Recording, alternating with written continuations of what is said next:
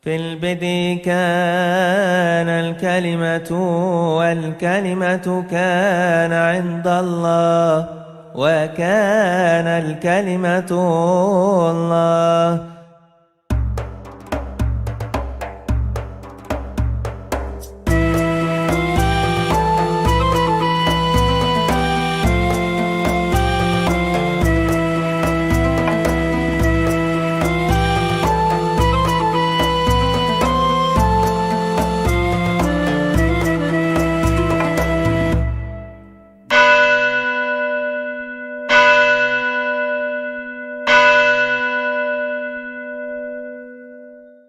Saya Agus dari Temanggung, JKI Segenah Glory. Yang saya tanyakan beberapa kali saya melihat itu ada pergunjingan atau perseteruan ya. Perbedaan antara doktrin Trinitas sama doktrin Oneness itu Pak. Itu aja Pak, perbedaannya yang mudah. Itu kan muncul abad 19. Jadi kalau semakin baru aja jangan percaya. Kayak itu renungan orang modern. Pertama. Kedua, Tritunggal itu sejak zaman bapak-bapak gereja paling awal. Saya berikan contoh. Ini sama-sama dari Alkitab, kalau nafsirnya kan. Waktu Tuhan Yesus memberikan perintah baptis apa yang dikatakan? Baptiskanlah mereka dalam nama Bapa dan Putra dan Roh Kudus. Perhatikan sekarang. Kata nama di situ bentuknya tunggal. Tapi dalam satu nama itu ada Bapa, Putra, dan Roh Kudus. Makanya kalau di gereja timur, kalau di gereja Katolik kan cuma disebutkan demi nama Bapa dan Putra dan Roh Kudus. Kalau di gereja timur dipertegas Esteos, Allah yang esa. Jadi demi nama Bapa, Esto onomato patros, keto iu keto agiu pneumatos isteos. Amin. Kalau dalam terjemahan bahasa Arab, Bismil ab walibni warahil kudus al ilahu wakid amin. Demi nama Bapa dan Putra dan Roh Kudus, yaitu Allah yang esa. Kenapa Allah yang esa? Karena nama itu tunggal. Bukan demi nama-nama, tapi demi satu nama. Bapa, Putra, dan Roh Kudus. Clear. Muridnya Yohanes, namanya Polikarpus, Alkides Polikarpus. Polikarpus itu disuruh menyangkal Yesus. Kamu tahu kaisar itu bisa memberi hidup dan menentukan kematianmu. Bekerja samalah dengan saya Bapa. Kamu jangan menyusahkan saya. Apa sulitnya kamu sangkal Yesus? Kamu akan diberi hidup. Dia jawab apa? Ini sudah tua, ini umur 86 tahun. 86 tahun saya mengikuti dia. Dan tak sekalipun dia pernah mengecewakan saya. Dia pilih mati ketimbang dia menyangkal Yesus. Pada waktu dia dibakar di perapian itu, dia mengucapkan pujian kepada Allah Tritunggal. Untuk inilah ya Bapa Surgawi. Hormat kemuliaan kebesaran bagimu bersama anakmu yang tunggal imam besar surgawi, Yesus Kristus dan Roh Kudus. Amin. Jadi orang berani mati karena Bapa, Putra, dan Roh Kudus. Muncul lagi di abad 19 teori yang namanya Yesus Kristus itu ya Bapa itu. Itulah ajaran Oneness. Oneness ini dibangun karena tidak clear memahami Alkitab. Karena apa? Dua rumusan dijadikan satu. Kan rumusan satunya kan demi nama Bapa dan Putra dan Roh Kudus. Satunya dalam nama Yesus Kristus. Keduanya ini konteksnya beda. Ketika dia makan Esto onoma to Yesus Kristus. Dalam nama Yesus Kristus. Dalam. Kenapa dalam? Karena dibaptis dalam nama. Ketika orang dimasukkan dalam air. Itu artinya ke dalam nama Yesus. Sedangkan dalam nama Bapa dan Roh Kudus itu iman yang dipahami. Bapa, Putra, dan Roh Kudus. Tapi berkat salibnya Yesus gitu loh. Ketika itu dikaitkan dengan baptisan Esto onomato Yesus Kristus. Tapi ketika berkaitan dengan pengorbanan Yesus, kata yang dipakai bukan Esto onoma, tapi epi tu onoma, di atas nama Yesus Kristus. Kenapa di atas nama? Semua ada dalam Alkitab, dalam Kisah Para Rasul. Kenapa di atas nama? di atas nama, di atas kuasa, di atas pengorbanan Yesus Kristus, kamu menjadi percaya. Di dalam Yesus Kristus, di dalam baptisan, orang diselamkan karena apa? Karena Yesus Kristus. Dalam nama Bapa dan Putra dan Roh Kudus, menjadi umat yang satu dari Allah yang kita sembah, yang adalah Bapa wujud Allah, Putra firman Allah, Roh Kudus rohnya Allah. Tidak perlu dipertentangkan. Tapi kemudian orang mengatakan, Bapa, Putra, Roh Kudus itu ya Yesus itu ya salah. Yesus itu bukan Bapa. Yesus itu firmannya Bapa yang menjadi manusia. Jelas nama Yesus itu bukan nama Allah dalam keabadian. Itu nama kemanusiaannya ketika menjadi manusia. Anak yang dilahirkan itu akan disebut Yesus karena dia akan menyelamatkan umatnya. Jadi dinamakan Yesus itu ketika firman jadi manusia. Kristus itu pengurapan. Sebagai Mesias itu, makanya diurapi itu Masiah, Hamasiah yang diurapi. Tidak perlu dipertentangkan. Terus kedua, Yohanes itu mengaburkan antara kristologi dengan Tritunggal. Kristologi itu Yesus itu sepenuhnya Allah, sepenuhnya manusia. Yang satu dengan Tritunggal itu kealahannya, kemanusiaannya yang enggak. Karena kemanusiaannya mati, kemudian disalib, kemanusiaannya bisa lapar, kemanusiaannya bisa haus, itu kan kemanusiaannya.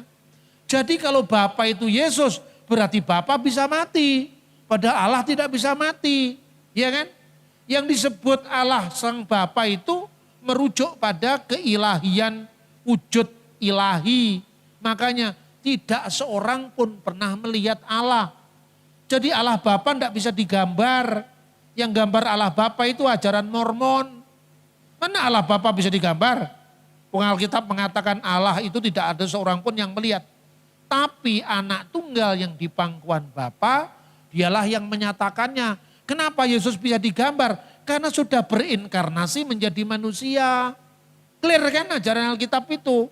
Makanya sebetulnya salah satu muncul bingar-bingar perdebatan itu karena kita tidak setia pada bapak-bapak gereja kita. Kalau belajar Alkitab jangan langsung Luther.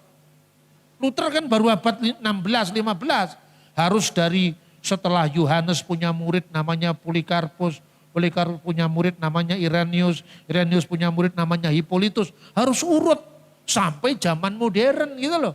Kalau gitu ya bapak gereja kan bisa beda pendapat.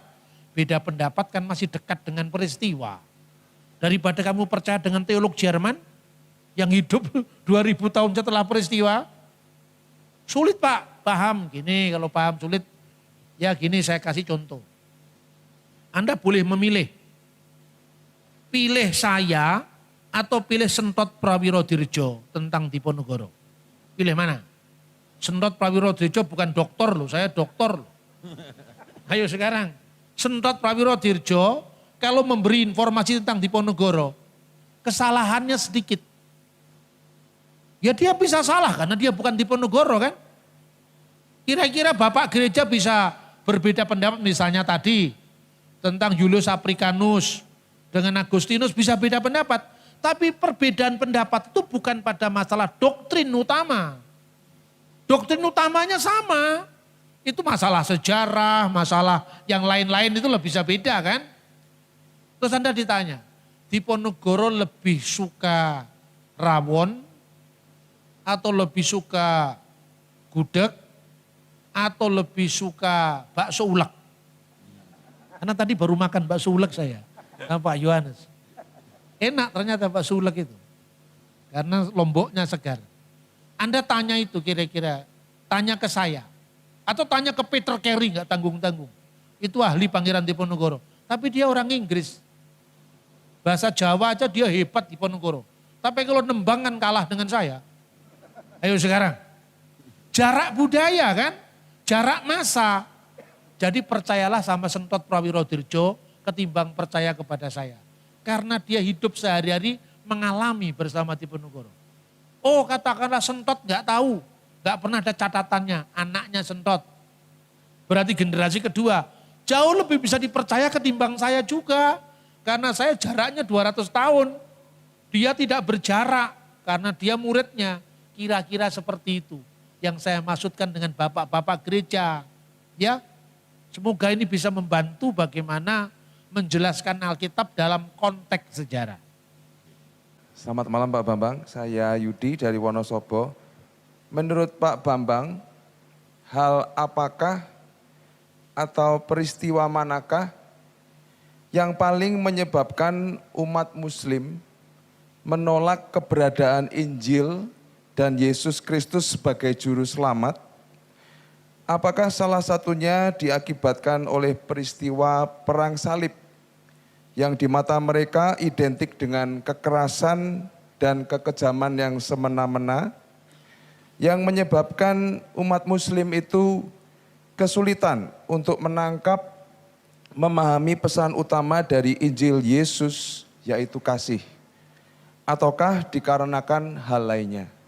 Terima kasih. Ya, terima kasih. Ini pertanyaan yang baik. Perang salib termasuk. Jadi perang salib itu menyimpulkan semacam trauma sejarah. Tapi kalau jujur ya, yang melakukan kekerasan kan tidak hanya tentara salib, Islam juga. Jadi kalau membaca sejarah itu dari satu perspektif ya tidak fair.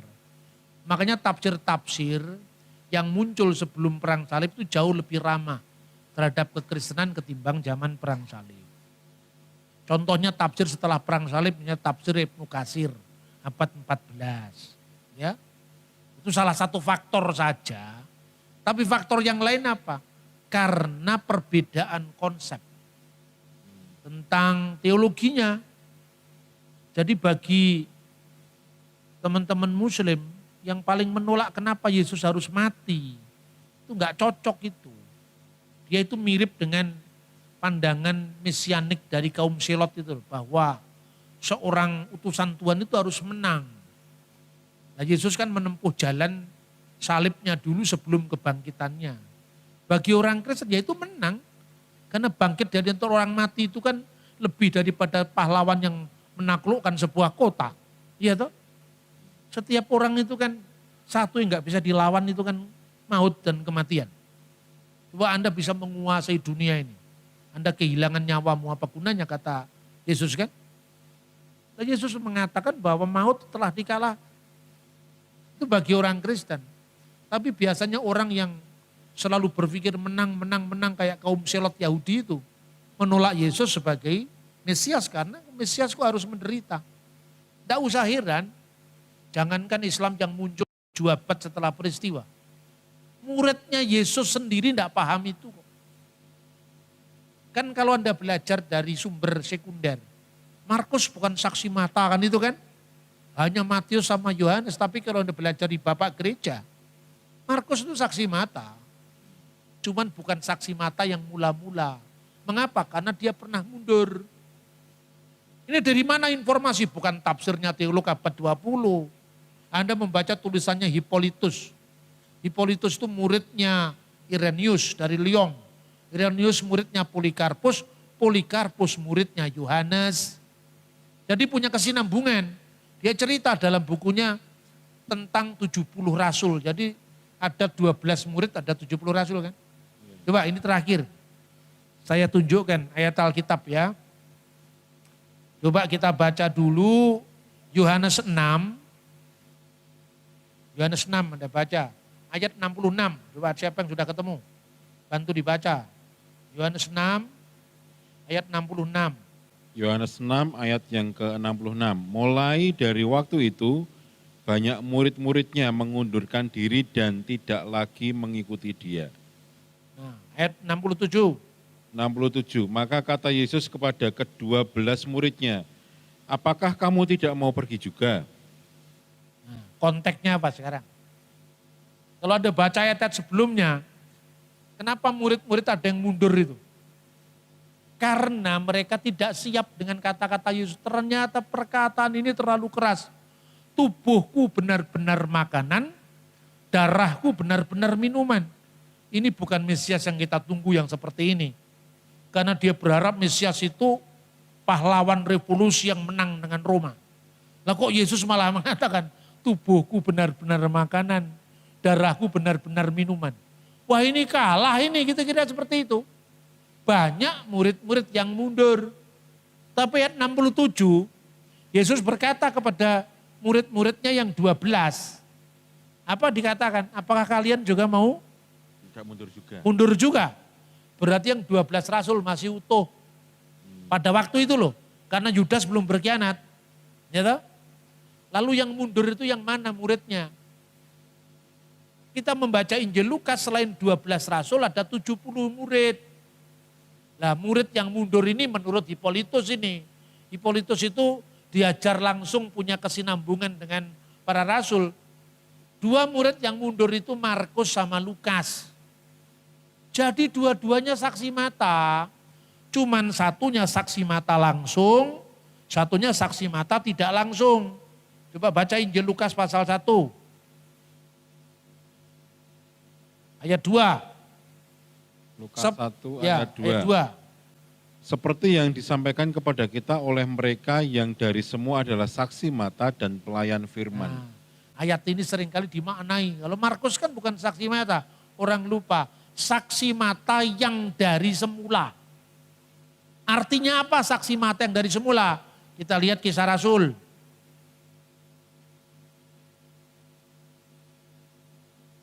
Ya, Kisah Rasul pasal 1.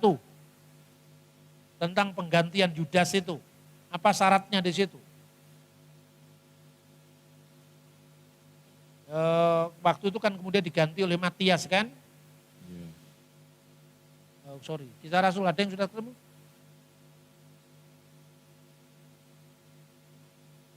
Silakan dibaca, Yudas digantikan. Nah ini, Matias dipilih menggantikan Yudas. Ayat 15. Pada hari itu berdirilah Petrus di tengah-tengah saudara yang sedang berkumpul, kira-kira 120 orang banyaknya. Hai saudara-saudara, ayat 16. Haruslah genap nas kitab suci yang disampaikan Roh Kudus dengan perantaraan Daud tentang Yudas pemimpin orang-orang yang menangkap Yesus itu. Dahulu ia termasuk bilangan kami dan mengambil bagian dalam pelayanan. Yudas ini telah membeli sebidang tanah dengan upah kejahatannya, lalu ia jatuh tertelungkup dan perutnya terbelah hingga semuanya isi perutnya tertumpah keluar. Hal itu diketahui semua penduduk Yerusalem sehingga tanah itu disebut dalam bahasa mereka sendiri Hakal Dama, tanah darah. Ini yang saya sampaikan tadi, ya. Sebab itu sudah tertulis dalam kitab Mazmur, biarlah perkemahannya menjadi sunyi dan biarlah tidak ada penghuni di dalamnya dan biarlah jabatnya diambil orang lain.